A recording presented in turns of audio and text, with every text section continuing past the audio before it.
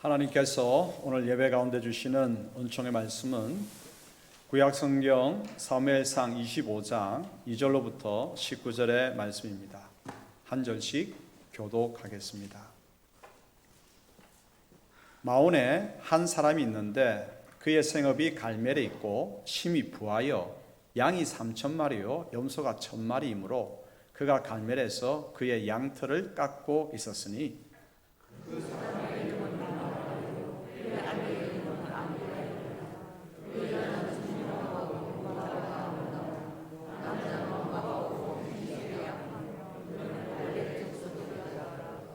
다윗이 나발이 자기 양털을 깎는다 함을 광야에서 들은지라.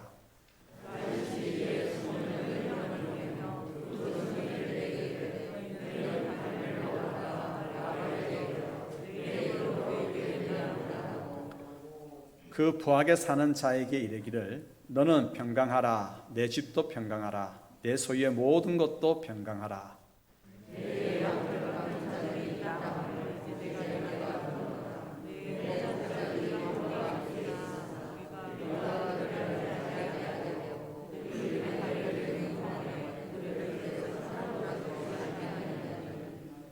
내 소년들에게 물으면 그들이 내게 말하리라. 그런즉 내 소년들이 내게 은혜를 얻게 하라.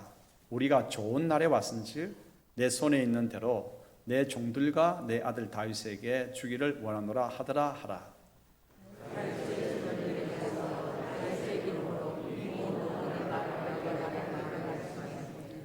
나발이 다윗의 사환들에게 대답하여 이르되 다윗은 누구며 이새의 아들은 누구냐?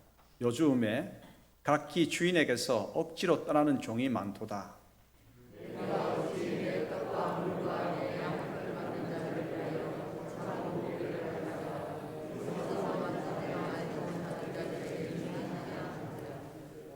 이에 다윗의 소년들이 돌아서 자기 길로 행하여 돌아와 이 모든 말을 그에게 전하매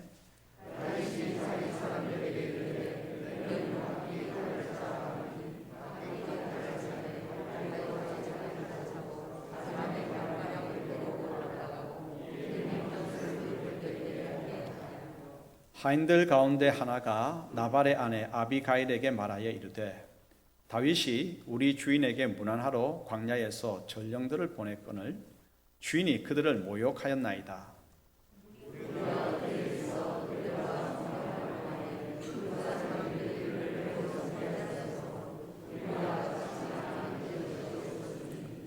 우리가 양을 지키는 동안에 그들이 우리와 함께 있어 밤낮 우리에게 담이 되었습니다.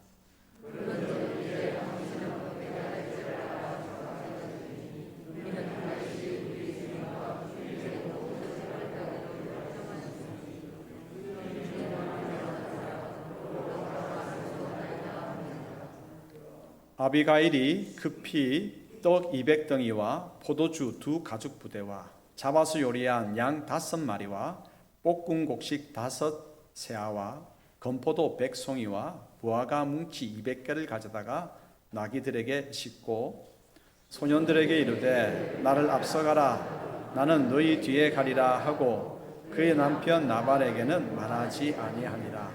아멘. 살다 보면 우리가 베푼 이 선행에 대해서 상대가 무례하게 응답할 때가 있습니다. 그때는 참 화가 나죠. 화가 납니다. 의외로 이런 경우가 우리 삶에는 자주 일어납니다. 오늘 본문의 이야기가 그러합니다. 완고하고 어리석은 부자 나발은 다윗의 정중한 요청, 그 다윗의 선행에 무례하게 반응을 했고 그 요청을 무례하게 거절을 했습니다. 조롱했습니다. 이에 분노한 다윗은 병사들을 이끌고 보복하기 위해서 나발에게로 가게 되죠. 오늘 이 본문의 이야기를 두고 우리는 2가지 질문을 해보고자 합니다. 선행을 무례하게 대하는 자의 결국은 어떠할까? 선행을 바꿔서도 무례하게 행한 자의 결국은 어떠할까? 두 번째, 우리가 선을 베풀었는데 돌아오는 것이 상대의 무리함이라고 한다면 무리하게 행하는 그 사람을 어떻게 대할까? 이 두 가지 질문을 하면서 하나님의 음성을 경청하도록 하십시다. 먼저 첫 번째, 하나님께서 우리에게 말씀하십니다. 이웃의 선행에 대하여 항상 감사를 표하라, 고마움을 표하라 말씀하십니다. 선지자 사무엘이 죽은 뒤에 다윗은 사울의 추격을 피하기 위해서 바란이라고 하는 광야로 내려갑니다. 바란 광야 주변에는 여러 이제 성읍들이 있는데 그 중에 한 곳이 갈멜이라고 하는 성읍입니다. 이 바란 광야 주변의 여러 성읍에는 이제 큰 부호들이 많았습니다. 그래서 그 부자들이 이 바란 광야에서 양들을, 자신들의 가축들을 쳤죠.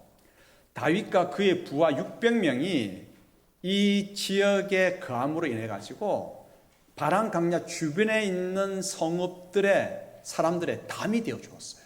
담이 되어 주었다.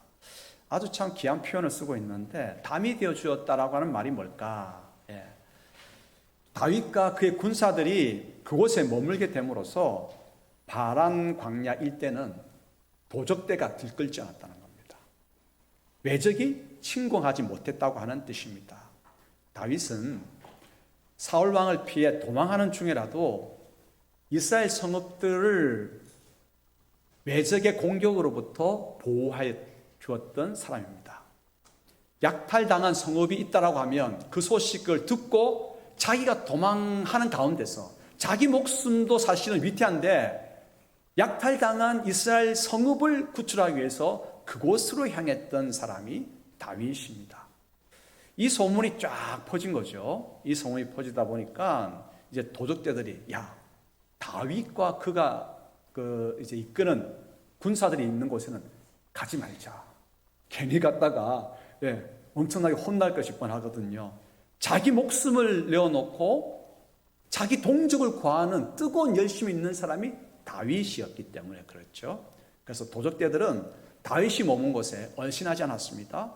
블레셋과 같은 외적들도 다윗에 대해서 두려움을 느끼고 침공하지 못했습니다. 그래서 바란 광야 주변의 여러 성읍들은 자연히 평안을 누리게 되었습니다.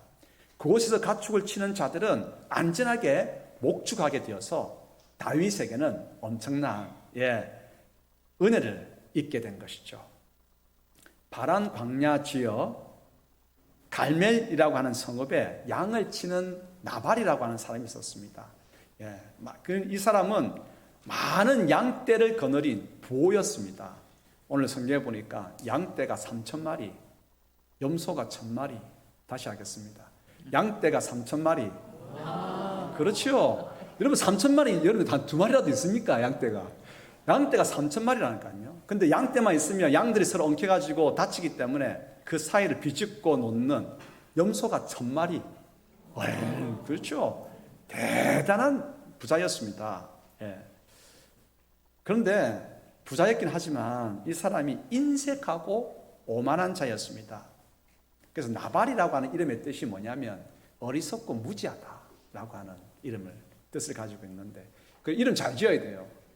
왜냐하면 이름 잘 지어야지 계속 사람들이 자기 이름 부를 거 아닙니까? 자기 이름 계속 부르면 그걸 듣게 되는데 그 뜻대로 삶이 이루어지게 돼요. 나발. 이 무지하고 어리석다, 계속 듣게 되니까 삶이 그렇게 되는 거예요. 여러분들 이름 참 좋으시죠? 이름대로 되기를 축복합니다. 이 나발이라는 자, 인색하고, 부자였지만 인색하고 오만했습니다. 이 나발이 자기의 양떼의 털을 깎는 때가 되었습니다. 양털을 깎는다라고 하는 것은 농사 짓는 사람들에게 있어서 추수 때와 같습니다. 양들은요, 털갈이를 안 해요. 고양이나 또 개는 어떻게 합니까? 털갈이를 하잖아요. 개 키우시는 분들 집에 가면 막 털이 막 날리다니잖아요. 근데 양은 털갈이를 안 하는 거예요. 털갈이를 안 하니까 누가 외부에서 깎아줘야 돼요. 사람이 깎아줘야 돼요. 주기적으로 털을 깎아주지 아니하면 털이 너무나 많이 생겨가지고 양이 어떻게 되느냐, 진짜 동글동글한 게 됩니다. 그래서 제대로 걷지도 못하고 양털의 무게 때문에 그래서 간절마다 간절염이 다 오게 되고, 그러니까 이 양털을 주기적으로 깎아줘야 돼요. 양털이 비싼 값으로 팔리니까 양털 깎는 때는 양치는 사람들에게 있어서는 너무 기쁨의 잔칫날인 것이죠. 요즘 인간의 인격도 많이 향상되었지만, 인권 많이 향상되었지만 동물의 권리도 많이 향상되었어요.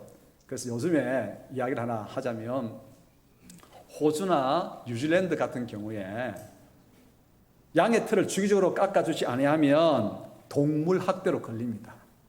재밌는 세상이죠. 양털을 깎는 때는 아주 기쁨의 날입니다. 양치는 사람들은 이제 자기 밑에 목동들, 양 깎는 사람들을 위해서 잔치를 베풉니다. 떡과 포도주와 고기를 푸짐하게 차리고 털을 깎으면서 흥겨운 잔치를 계속해서 이어가도록 하죠. 다윗이 나발이 양털을 깎는다고 하는 소식을 들었습니다. 그래서 부하들을 보냅니다. 아주 정중하게 털 깎는 잔칫날에 음식을 좀 달라고 요청합니다. 다윗의 군사들은 목동들을 도와서 양들을 보호했고요. 양 한 마리라도 잡아 먹은 적이 없습니다. 그렇게 이야기합니다. 외적들도 침묵하지 못하게 담이 되어주었다고 이야기합니다. 그래서 털 깎는 날의 기쁨을 함께 할 수 있도록 요청을 했습니다. 그런데 나발은 아주 무례하게 거절했습니다. 다윗을 이렇게 또 조롱을 했습니다. 주인을 배반한 도망친 종이고 비렁뱅이라고 조롱을 했습니다. 사울 왕을 피해서 다윗이 도망가고 있으니까 그것을 알고 도망 다니는 다윗, 비꼬아서 주인을 배반한 도망친 종이라고 표현을 했고요. 다윗을 자신에게 음식을 좀 달라고 요구하니까 구걸하는 거지로 그렇게 모욕한 것입니다. 앞서 살펴본 것처럼 사실 나발은 다윗에게 엄청 고마움을 표해야 했습니다. 다윗과 그와 함께한 600여 명의 군사들로 인해서 나발은 참으로 안전하게 가축을 칠 수 있었지 않았습니까? 양 한 마리라도 도적대에게 빼앗긴 적이 없거든요. 매적의 침공으로 인해 가지고 매적이 침공하면 그 많은 양떼들의 절반 아니요, 웬만한 대부분의 것들을 다 잃을 수도 있습니다. 그런데 안전하게 지켜 있게 양털을 깎는 기쁨을 맛보고 있지 않습니까? 이러한 은혜를 입었음에도 불구하고 나발은 선을 악으로 갚았습니다. 호의를 냉대와 조롱으로 대한 것입니다. 그 결국이 어땠을까요? 나중에 다윗이 분노에 차가지고 칼을 차고 자신과 나발의 집에 속한 남자들을 다 몰살시키겠다고 그렇게 칼을 차고 나갑니다. 이 말을 이 잔치 술에 취해 있던 나발이 그 다음날 듣고는 너무 충격을 받고 몸이 굳어버립니다. 열흘 뒤에 하나님께서 나발을 치시니까 나발이 죽고 말았습니다. 사무엘 상을 통해서 하나님께서는 우리에게 계속해서 전해주는 교훈이 있습니다. 그 교훈이 뭐냐면 선을 악으로 갚지 말라라고 하는 것입니다. 이것을 좀 더 다르게 풀어보면 이렇습니다. 이웃이 내게 선을 베풀거든 감사를 표할 줄 알아라 라고 하는 것이죠. 이게 아주 당연해 보이죠. 그렇죠? 살아가다 보면 이것이 당연하다 그렇게 생각합니다. 그런데 성경이 계속해서 이야기하는 까닭이 뭐겠습니까? 너희들이 제대로 안 하고 있다고 하는 거예요. 성경이 계속해서 말하는 것은 뭐냐면 선행을 우리가 도움을 입었고 나서도 감사를 표할 줄 모르고 오히려 선을 악으로 갚는 일들이 비제하다. 그렇기 때문에 계속해서 강조를 하고 있는 것입니다. 우리는 하나님께 감사해야 됩니다. 우리가 지금 여기에서 예배하는 것도 하나님의 은혜이기 때문에 감사해야 되고, 그러므로 내가 여기에 있다고 하는 것, 이게 참 하나님의 은혜다. 하나님께 감사하는 자가 이웃에 대해서도 감사할 수 있습니다. 복이 언제 찾아올까요? 복은 내가 이웃에게 선행을 베풀 때 찾아옵니다. 다르게 표현하면 이웃이 나에게 도움을 베풀고 선을 베풀어 주었을 때 그 감사를 고마움을 표할 수 있고 고마운 마음을 다시 전해줄 수 있을 때 복이 찾아옵니다. 여러분들 축복합니다. 선행을 행하시기 바랍니다. 누군가가 나에게 도움을 주었다고 한다면 정말 고맙습니다. 감사합니다. 내 마음을 담아서 뭔가 되갚을 수 있다고 하는 것이 있다면 그렇게 갚을 수 있게 되기를 바랍니다. 이때 하나님께서는 관계의 복을 허락하여 주시고 물질의 복도 우리 가운데에 기쁨의 복도 허락하여 주시는 것입니다. 복 받기 위해서 그러자고 하는 것이 아니라 우리가 하나님의 형상이라고 한다면 우리 삶 가운데에 선행, 내가 받은 선행에 대해서 감사를 표할 줄 아는 것이 자연스러운 거예요. 이 자연스러운 삶 가운데에 하나님께서는 여기에 하늘의 복을 크게 내려주십니다. 자, 그러면 우리 자신 다시 한번 살펴보십시다. 그런데 우리는 어떠한가? 나발처럼 누군가가 우리에게 베풀어 준 그 도움에 대해서 너무나 당연하게 여기고 있지 않습니까? 그리고 그 공을 공이라 여기지 아니하고 오히려 폄하시키고 있지 않습니까? 이렇게 말입니다. 아마 나발이 다윗에 대해서 이렇게 말했을 것 같아요. 제 생각에. 누가 담이 되어 달라고 했나? 자기들이 와서 머물고 나서는 먹을 것을 달라고 해. 와서 한 일이 도대체 뭔데? 쫓겨다니는 주제에 비렁뱅이 같은 놈들, 이렇게 아마 말했을 것 같아요. 우리 자신을 한번 가만히 살펴보십시다. 우리가 그렇지 않았다고요? 그런데 왜 성경은 계속해서 말할까요? 우리 또한 살펴보면, 가만히 들여다보면 우리도 이렇게 행동한 적이 많다라고 하는 것입니다. 내가 지금 이렇게 예배 드릴 수 있고, 그래도 먹고 살아갈 수 있고, 뭔가 직장생활 할 수 있고, 사업을 할 수 있는 것, 이거 하나님께서 나에게 붙여주신 우리 주변의 사람들 덕분이라고 하는 것을 잊지 말아야 합니다. 여러분, 여기에 서 있죠? 내 앞뒤 좌우에 하나님께서 나에게 붙여주신 이웃이 있습니다. 그들 때문에 내가 서 있는 거예요. 내가 왼쪽으로 넘어지려고 할 때 왼쪽에 사람이 나를 받쳐줍니다. 오른쪽으로 넘어지려고 할 때 오른쪽에 선 사람이 나를 받쳐주고 있습니다. 앞으로도 뒤로도 마찬가지인 거예요. 내가 여기에 서 있을 수 있다. 무슨 말입니까? 하나님께서 나에게 붙여준 바로 이웃들을 통해서 내가 서 있을 수 있는 것입니다. 이 감사를, 이 이웃들의 선행을 잊지 말고 고마움을 표할 때에 우리 삶 가운데에 하늘의 복이, 은혜가 계속해서 흘러넘치는 것입니다. 내 잘나서 지금 된 건데, 내가 열심히 해서 된 건데, 그런 것 같습니까? 여러분, 지금 여러분 앞뒤 좌우로 하나님께서 그분들을 싹 빼가면 어떻게 될까요? 여러분, 혼자 있다가 쓰러지고 맙니다. 그러므로 기억하십시다. 내가 지금 이렇게 생활할 수 있다라고 하는 것, 하나님께서 나에게 붙여주신 이웃 덕분이다. 이걸 깨달을 수 있는, 들을 귀가 있는 성도들이 되기를 축복합니다. 그러므로 내가 이제 이웃의 도움을 받고, 그래서 감사해야 할 호의에 대해서는 여러분들이 최선을 다해서 갚으시길 바랍니다. 감사를 표하고 고마움을 표하고 내가 이제 들을 수 있다는 것이 있다면 그렇게 풍성하게 고마움을 표하시길 바랍니다. 인색하게 하지 말고. 나발은 또 이랬을 것 같아요. 잔칫날의 음식을 함께 나누는 기쁨을 좀 달라고 했을 때, 털 깎는 잔칫날의 음식을 내가 왜 줘? 다 내가 노력해서 얻은 것들인데, 노력하지 않고 빌부터 살아가려고 하는 놈들은 굶어야 돼. 내가 왜 줘? 아마 그랬을 것 같아요. 여러분, 인색하지 마십시다.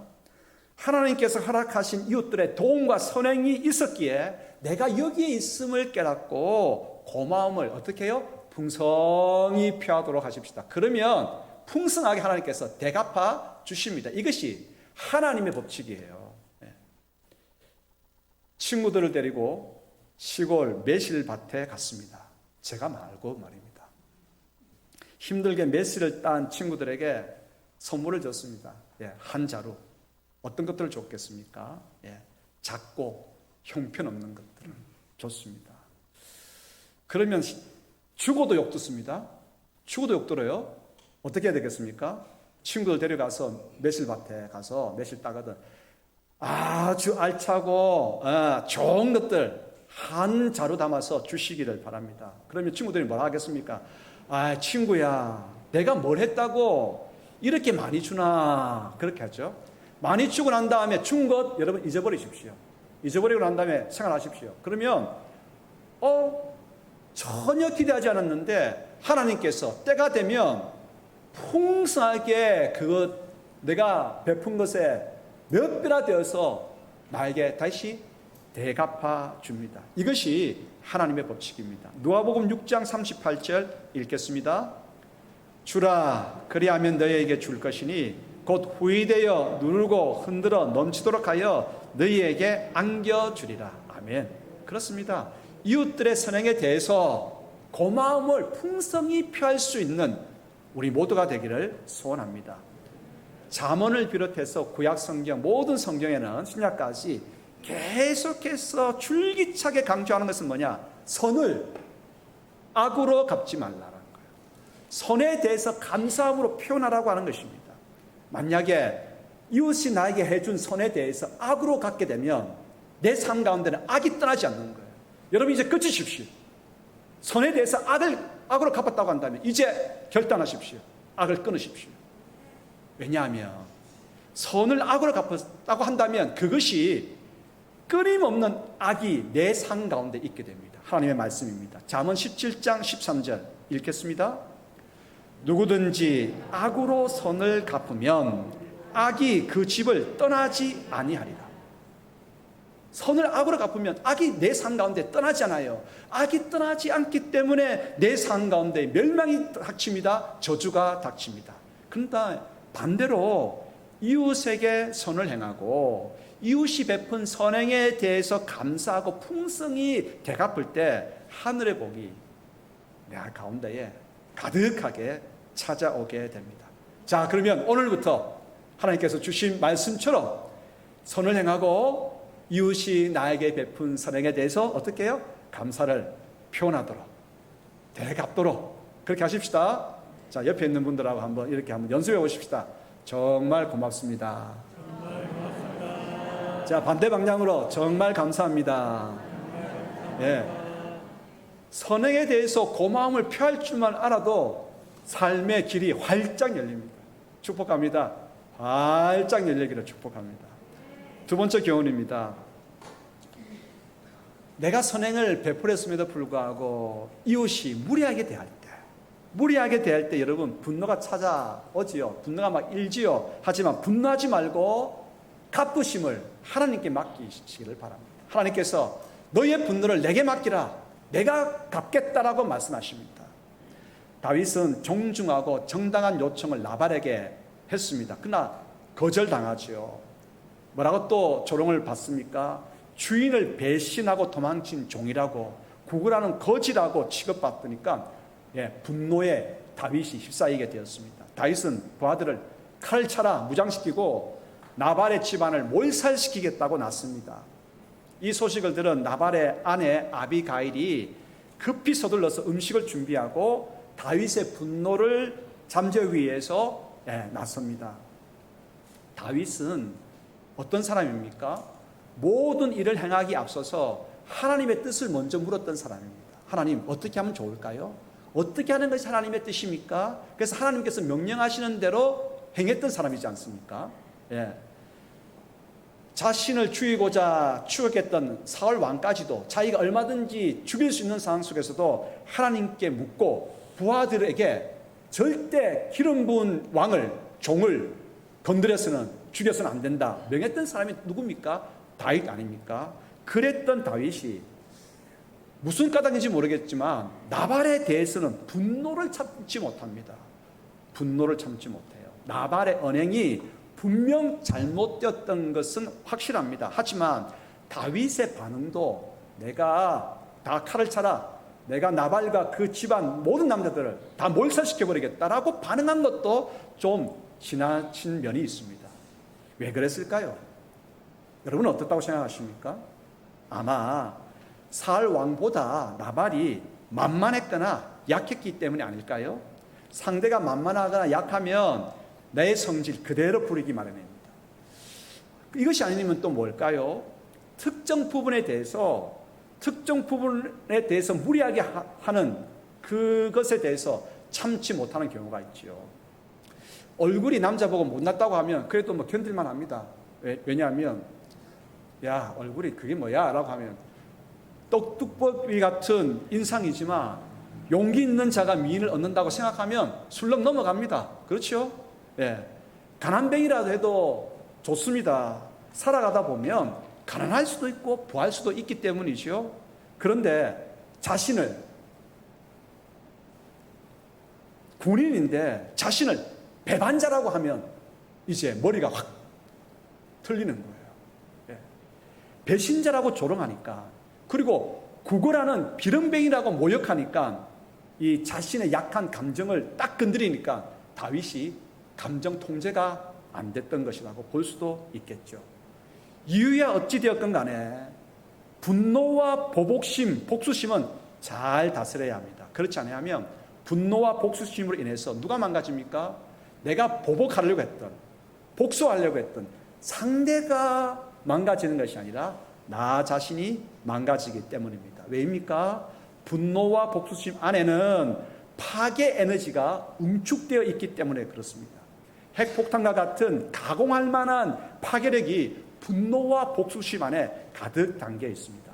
아무리 분노와 복수심이 정당하다 할지라도 이 속에 있는 파괴력은 상대만을 박살내는 것이 아닙니다. 나도 산산이 깨뜨려 버립니다.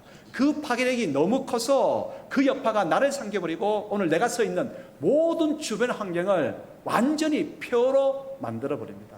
그러므로 여러분, 분노가 일어날 때는 행동하지 마십시오. 특별히 운전대 잡지 마십시오. 반드시 사고 납니다. 분노와 복심일 때는 행동하지 마십시오. 그냥 딱 앉아서 이 분노가 그냥 지나갈 수 있도록 여러분 이를 깍 깨물고 기도하십시오.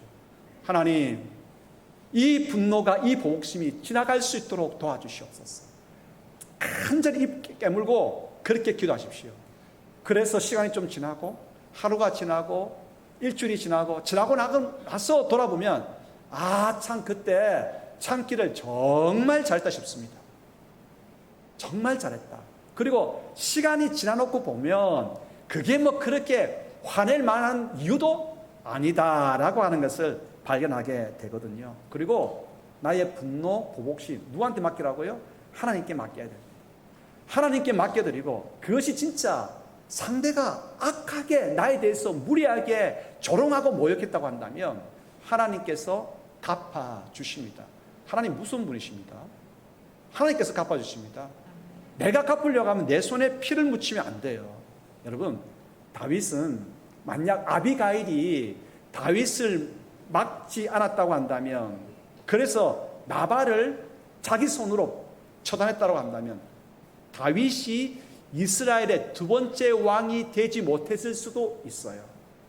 사람들의 생각 가운데는 다윗은 어떤 사람이냐? 왕을 죽일 수 있는 자리, 자기를 죽이려고 하는 왕을 끝까지 죽이지 않았던 선한 사람이다. 백성들이 어려움을 빠졌을 때 자기 목숨 내어 걸고 구했던 사람이다. 나발조차도 그렇게 자신을 모욕했음에도 불구하고 그를 저주하지 않았던 사람이다. 그래서 성군이 되는 거예요. 그래서 이스라엘 백성들의 흩어졌던 마음들이 다윗에게로 모여들기 시작한 것이죠. 분노했다면, 보복심을 가지고 칼을 휘둘렀다고 한다면, 여러분들 한번 돌아보십시다. 지금 나는 선행을 베풀었는데, 도움을 줬는데 상대가 무례함으로 나의 분노를 일으키고 있습니까? 그런 일이 있습니까? 그런 보복심이 지금 끓고 있습니까? 그런 일들은 어떤 것입니까? 그 무례함을 갖고자 하는 마음 하나님께 내어 맡기십시다. 여러분들의 손에 피를 흘리지 마시기를 바랍니다. 하나님께서 갚으십니다. 이 시간, 분노의 이 시간 술렁 지나갈 수 있도록 이를 깨물고 기도하십시오. 시간을 벌어보십시오. 그리고 하나님께 맡기십시오. 그리고 난 다음에 해야 될 것이 한 가지가 있습니다. 마지막으로 해야 될 것 한 가지가 더가 뭐냐? 무리하게 행했던 그 사람에 대해서, 상대에 대해서 선을 베풀으시기를 바랍니다. 내가 선을 베풀므로 말미암아서 나에게 주어진 사명을 감당할 수 있습니다. 여러분, 혹시 여러분들 가족들을 위해서 지금 기도하고 있습니까? 친척들을 위해서 기도하고 있습니까? 가족 전도가 잘 안 되잖아요. 사촌을 놓고 기도하고 있습니까? 우리가 전도하려고 최선을 다해서 도와주고 선행을 베풀고 여러 가지 것들을 최선을 다하면 돌아오는 것이 뭡니까? 무례함입니다. 무례함입니다. 예수 믿는 것들 그러면서 기독교에 대해서 개독교라고 이야기하면서 무례하게 조롱하고 그렇게 합니다. 그래도 어떡합니까? 끝까지 선을 베푸시기 바랍니다. 그래야 승리합니다. 이것이 하나님의 법칙입니다. 우리가 끝까지 나를 모욕하는 사람들을 향해서 선을 베풀 때 나에게 주어진 뭘요? 사명을 감당할 수 있습니다. 끝까지 내가 선을 베풀 때, 욕을 듣더라도 선을 베풀 때 그렇게 모욕했던 형제들이 돌아옵니다. 이웃들이 돌아옵니다. 나라가 돌아옵니다. 여러분, 그래서 끝까지 모욕을 당하더라도 분노심 하나님께 내어 맡기고 나에 대해서 그렇게 조롱하고 모욕한 사람들에 대해서 어떻게 하자고요? 선을 베풀며 나아가도록 하십시다. 그때 교회는 교회된 사명을 감당하고 성도인 우리는 우리의 하나님의 자녀인 우리의 삶을 감당할 수가 있습니다. 로마서 12장 17절 21절 읽겠습니다. 아무에게도 악을 악으로 갚지 말고 모든 사람 앞에서 선한 일을 도모하라. 악에게 지지 말고 선으로 악을 이기라. 예, 선으로 악을 이기는 우리 모두가 되고, 그래서 우리에게 주어진 교회의 사명, 하나님의 자녀로서의 사명 잘 감당하고 우리 모두의 그런 가운데에 하늘의 풍성한 은혜가 넘치게 되기를 축복합니다. 기도하겠습니다. 하나님 아버지, 계속 선을 악으로 갚지 말라 교훈하시는데 잘 새겨들어 받은 호의에 감사하며 선으로 갚는 주님의 자녀가 되기 원합니다. 무례함과 조롱을 받더라도 분노에 휩싸이지 않고 차분히 대응할 수 있는 성품을 허락하옵소서. 우리 삶의 모든 시간 속에서 하나님께 영광을 돌릴 수 있는 저희가 되기를 소원합니다. 은혜를 베풀어 주시옵소서. 예수님의 이름으로 기도합니다. 아멘.